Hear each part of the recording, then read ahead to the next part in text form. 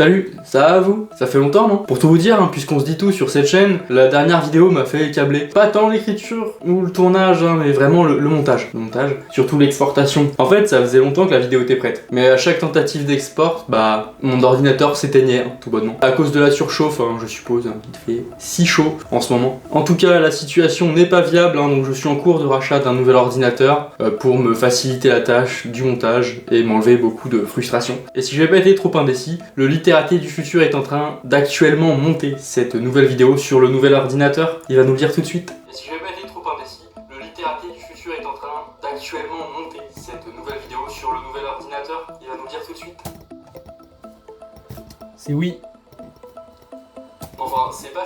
Enfin, c'est pas ce qui nous intéresse aujourd'hui. Parlons bouquins, parlons lecture. Ah ouais, d'ailleurs, un petit intermède. J'ai plein de nouveaux bouquins dans l'étagère là. J'ai pas été pris de folie, non, mais j'ai découvert qu'au boulot, je pouvais avoir mes bouquins remboursés. Donc j'en ai acheté plein. Le littératé du futur nous dira aussi s'il a été remboursé. Ouais, alors ça c'est trop tôt pour le dire.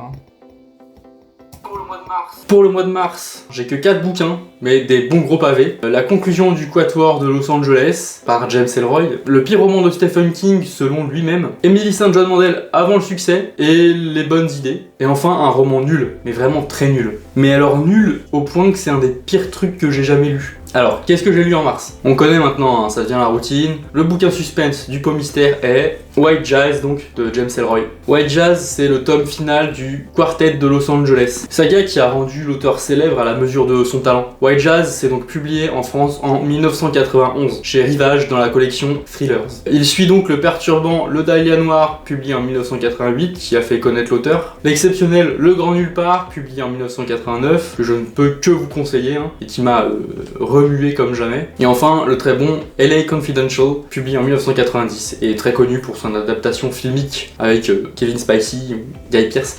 Un James Ellroy qui enchaîne donc un tous les ans. James Ellroy, c'est un auteur qui m'a vraiment marqué dès la lecture de son classique Le Dahlia Noir en février 2022. C'est un spécialiste du polar noir et sanglant et historique. Parce que James Ellroy, il place toujours ses romans dans un contexte historique, réel. Ses romans, ils sont durs et crus, tant pour le lecteur que pour les personnages qu'il dépeint. James Ellroy, il emploie un style qui est très dépouillé. Selon lui, l'effet c'est de redéfinir le langage, car c'est la seule façon de décrire l'extrême violence de la narration. C'est vraiment le cas dans White Jazz. Mais de quoi est-il question dans White Jazz? C'est la suite plus ou moins indirecte de LA Confidential, c'est-à-dire on va reprendre quelques-uns des personnages, mais sans que ces personnages-là soient les personnages principaux, et on va poursuivre leur histoire sous le prisme d'un petit nouveau, le lieutenant Dave Klein. Dave, c'est un ripou, mais comme tous les personnages de James Ellroy, il aime les femmes, il aime le jazz, et il enquête sur une affaire de vol de fourrure, de meurtre de clochard, et tout un tas d'intrigues qui montrent à quel point la police de Los Angeles est pourrie, puisqu'il est question de ça plus que d'autres choses ici. Le contexte de la police de Los Angeles dans les années 50, entre racisme, xénophobie, homophobie, mafia, tout le tatouin là. Et alors, qu'est-ce que j'ai pensé du tome final du Quartet de Los Angeles? En sachant que les 3 premiers étaient vraiment très bons, voire exceptionnels, j'ai pas du tout aimé cette conclusion. Et cela pour une raison principale, et presque une seule raison en fait, c'est la narration. Dans ce tome, James Ellroy épure la narration. Et je mets de grosses guillemets à épure. Il épure, parce qu'il la dépouille tellement qu'elle perd de son sens. Ça rend la narration ignoble, et je pèse mes mots. La syntaxe, elle est appauvrie au maximum. C'est un mot, un point, un mot, un point. Et ça pendant tout le bouquin, pendant les 600 pages. Pendant l'écriture de cette vidéo là, j'ai ouvert le bouquin au hasard et j'ai pris un passage, et je l'ai écrit ici. Cri, point. Des visages noirs effrayés, point. Une fenêtre, virgule, mon reflet, 2 points. Un vrai Gugus, point. Ralentir, virgule, arrêter, point. Une vitrine, tiret, des visages noirs, tiret, suivent leur regard, 2 points. Ça emballe, virgule, en bordure de la route. Et ça, c'est pendant les 600 pages. Vraiment. C'est insupportable. Ça perd totalement le lecteur. Aucun des événements n'en est compréhensible. C'est vraiment l'horreur à suivre. C'est waouh. Et c'est vraiment dommage, parce que James Ellroy, il a un vrai sens de la narration. Les 3 tomes précédents, ils sont vraiment très bons. Mais là, c'est raté tout du long. Pour le prochain tome, regardons le tirage en silence.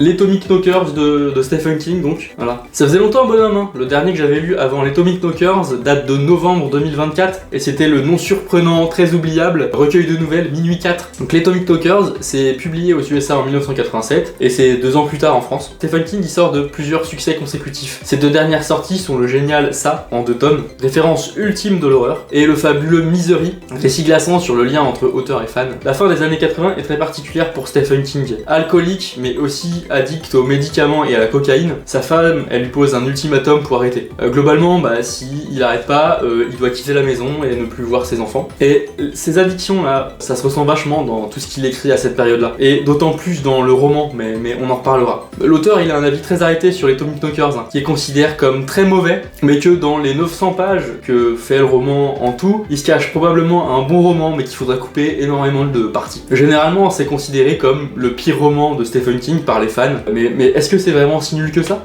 Alors de quoi on parle dans les Atomic Knockers ? Bon déjà, quand tu vois ma vieille édition récupérée dans une boîte à livres au fin fond de la Suisse normande, c'est découpé en 3 tomes de 300 pages chacun, tu vois, avec des couvertures turbo kitsch. J'adore, ça n'a aucun sens, c'est très moche, c'est pas du tout vendeur, mais c'est magnifique en soi, hein. Il est très très dense, voilà, c'est plus de 900 pages. Bon, et alors quoi ? On débute avec le personnage de Bobby Anderson. Bobby, c'est une autrice de romans un peu quelconque là. Elle a hérité d'une maison dans le Maine avec une très grande propriété forestière à coller. Et un jour, elle se promène dans cette forêt là et elle se colle le pied contre quelque chose et elle tombe. Cette chose, c'est une espèce d'excroissance dans la terre là, bizarre. Et Bobby, elle décide de creuser autour pour voir ce que c'est. En fait, elle déterre tout bonnement un vaisseau spatial, t'entends ? Sauf qu'il y a un truc qui émane du vaisseau, des espèces de particules invisibles à l'œil nu et qui ont une influence bizarre sur les habitants de petits patelins de New Haven. Et ils se mettent à inventer des objets bizarres et ils perdent leur humanité, ils se transforment et ils deviennent tous un peu plus ou moins les mêmes. Et il n'y a qu'une seule personne qui pourra sauver le village et les États-Unis de ce phénomène, c'est Jim Gardner. Il est insensible à l'influence du vaisseau parce qu'il a une plaque en fer dans la tête suite à un accident de ski. Mais il a un problème, c'est que c'est un alcoolique de ouf. Son alcoolisme est débilitant, il se met des gigacaisses tous les jours et il est incapable de bouger ses fesses. Pour sauver le monde, il va falloir qu'il se sauve lui-même d'abord. Et alors, qu'est-ce que j'ai pensé des Atomic Knockers ? C'était plutôt pas mal en vrai. C'était bien mieux que ce à quoi je m'attendais. Et pourtant, je me trouve plutôt sévère dans la plupart des cas, et surtout avec Stephen King, parce que j'ai tellement lu de bouquins de l'auteur que j'ai un avis plutôt arrêté quand c'est pas très bien. Mais là, je sais pas, peut-être que j'ai entendu tellement de choses négatives autour des Atomic Knockers que je m'attendais vraiment à une bouse, et c'est pas du tout le cas. Alors, je l'ai lu en 3 fois, vu qu'il est en 3 tomes dans mon édition. Après chaque tome, j'ai fait une pause, j'ai lu autre chose. Et le premier est en effet très mauvais. C'est une très longue introduction à un roman dont l'intrigue ne décolle pas, on voit pas où Stephen King veut en venir, il est surtout question de Jim Gardner qui boit, bof, et du coup c'est un peu exécrable à suivre. Par contre dans la deuxième partie, voilà, ça devient bien mieux, on aborde un truc que j'adore chez Stephen King et que j'avais beaucoup aimé dans son superbe roman Bazar. C'est une ville qui sombre dans le chaos. Le personnage principal c'est la ville et c'est pas un habitant en particulier. Chaque chapitre va faire le focus sur un personnage qui devient complètement zinzin et quelle influence ça aura sur les autres personnages, et ça c'est vraiment cool. Et la conclusion à cet énorme pavé, elle est assez satisfaisante et assez cohérente pour en faire un roman cool, bien loin du roman pourri qu'on m'a vendu. Ensuite, j'ai lu un truc de ma propre initiative, et ça faisait assez longtemps pour le mentionner. J'ai fait mon petit bonhomme de chemin jusqu'à la bibliothèque pour emprunter Les Variations de Sébastien d'Emily St. John Mandel. Emily St. John Mandel, c'est une autrice que j'ai immédiatement appréciée et durablement aimée, grâce à 2 romans d'elle que j'ai lus coup sur coup. On aura le très populaire Station Eleven qui est 93e dans le top 100 des meilleurs romans du 21e siècle du New York Times, et le fabuleux La mer de la tranquillité, un de mes coups de cœur 2024, qui a été publié en 2022 et qui est une magnifique et douce fable sur le temps qui passe avec un aspect science-fiction très solide mais très léger. C'était génial, c'était superbe. Et ces 2 romans qui sont aussi différents que beaux, que géniaux, ont vraiment mis la barre très haut pour moi, pour Emily St. John Mandel, et donc j'ai eu envie de découvrir toute son œuvre. Et j'ai récemment lu un de ses premiers, On ne joue pas avec la mort. J'ai été clairement déçu par un roman très oubliable et j'espère que celui-ci sera un peu meilleur quand même. Mais que se passe-t-il dans Les Variations de Sébastien ? Et on débute avec le personnage de Gavin qui se fait virer de son poste de journaliste à New York. Sa direction s'est rendu compte que Gavin mentait dans ses articles. Et du coup, sans le sou, Il peut plus vivre à New York, hein, dans le contexte économique de la crise des subprimes, parce que le roman se déroule en 2008 aux États-Unis. Et bah Gavin, il rentre dans son village natal de Floride et il va travailler pour sa sœur qui est agente immobilière, hein, qui se charge de revendre les maisons des gens impactés par la crise économique. Bref, on s'en fout, c'est pas important dans l'intrigue. Et un jour, elle visite une maison et elle voit une gamine qui a 7-8 ans. C'est le portrait craché de son frère, qui aurait donc une fille cachée. Et donc Gavin, il mène l'enquête pour reconnecter avec son passé, ses anciens amis, son ancien amour et le jazz. Voilà. Le jazz. Et alors qu'est-ce que j'en ai pensé? Eh ben la vie va être courte hein, parce que j'ai pas grand chose à dire. Je me suis globalement ennuyé. Le récit il manque clairement de rythme. La narration est un peu trompe-l'œil. Parce que à l'image de tous les bouquins d'Emily St. John Mandel, on change régulièrement de point de vue et puis on saute du passé au présent, on passe d'un personnage à l'autre, voilà. Ça rend pas pour autant quoi que ce soit qui se passe intéressant. Même si j'aime beaucoup cette manière de narrer un bouquin. Les personnages, c'est pas franchement une réussite. Hein. Ils sont assez stéréotypés, très peu intéressants. Et mention spéciale à Gavin, qui est plutôt insupportable. Dans la globalité, on a un roman très oubliable et sans réel intérêt. Et je crois que je vais arrêter là avec les romans d'Emily St. John Mandel, PlayStation 11, parce que bah, c'est pas top et je vais me concentrer sur ce qu'elle va publier dans le futur.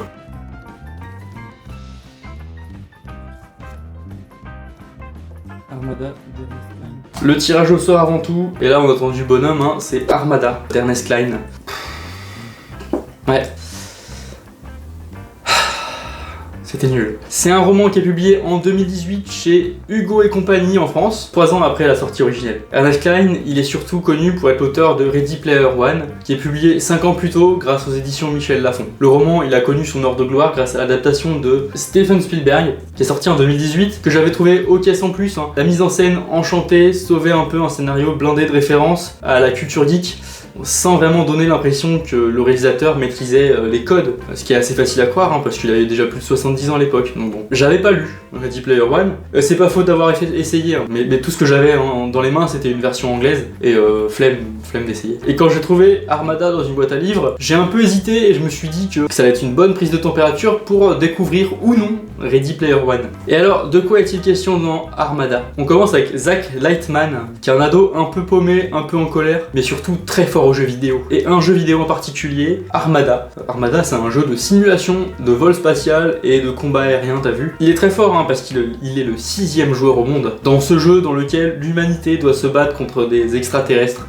qui menacent d'envahir la planète Terre. Et il s'avère, hein, attention, révélation fracassante, un suspense insoutenable, il s'avère que le jeu vidéo est en fait un entraînement réel, parce que ces extraterrestres, ils vont vraiment envahir notre douce planète Terre, et que Armada a été désigné pour recruter les meilleurs pilotes du monde, en toute discrétion.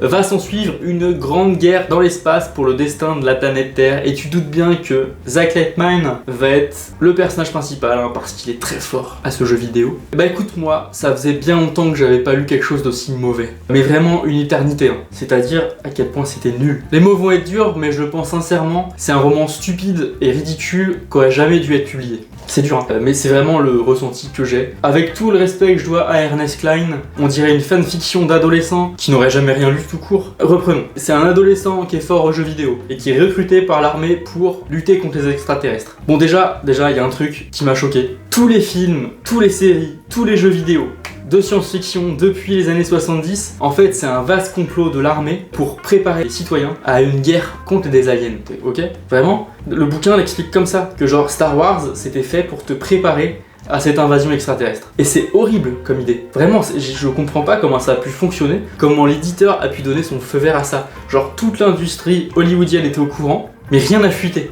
Et donc cet ado là, Zach Lightman, il est tellement fort aux jeux vidéo qu'il voit les problèmes stratégiques dans la base des forces de la Terre, des erreurs stratégiques que les meilleurs stratèges de l'armée mondiale, hein, toutes ces personnes-là n'avaient rien vu. Et l'adolescent de 17 ans fort aux jeux vidéo, il est là, il arrive à dire ah il y a un problème là, et il répare. Enfin c'est irréel. Et il est tellement fort qu'en plein combat, il ignore l'ordre de cesser le feu pour faire sa propre mission tout seul et aller se battre tout seul alors qu'il a débarqué l'après-midi.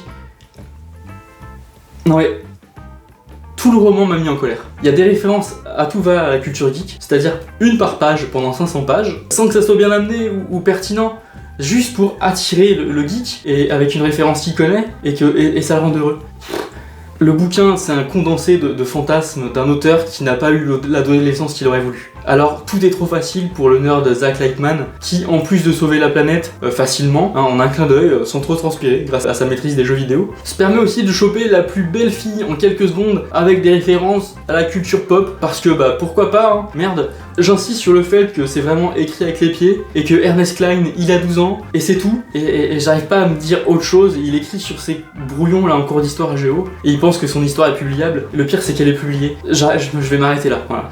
Mois de mars bien frustrant, hein. C'est sans nul doute mon pire mois de lecture depuis que j'ai commencé les vidéos, et même depuis que je répertorie et que je fais attention à ce que je lis, donc depuis 5 ans quoi. Ce sont des choses qui arrivent, hein. J'espère me refaire le mois prochain, pas tant. Mais pour ça, qu'est-ce qu'on va lire? On va lire de la science-fiction sauce Netflix, du Game of Thrones moins bien, un banal polar nordique et un banal Stephen King, et enfin Brandon Sanderson qui sauve le mois d'avril. Merci à tous d'avoir regardé cette vidéo jusqu'au bout. J'espère que vous l'avez appréciée, même si j'ai beaucoup ragé. N'hésitez pas à la liker, à vous abonner si le cœur vous en dit. Et aussi, dites-moi quel est le pire roman que vous avez lu. Moi, c'est certainement Armada. Au mois prochain!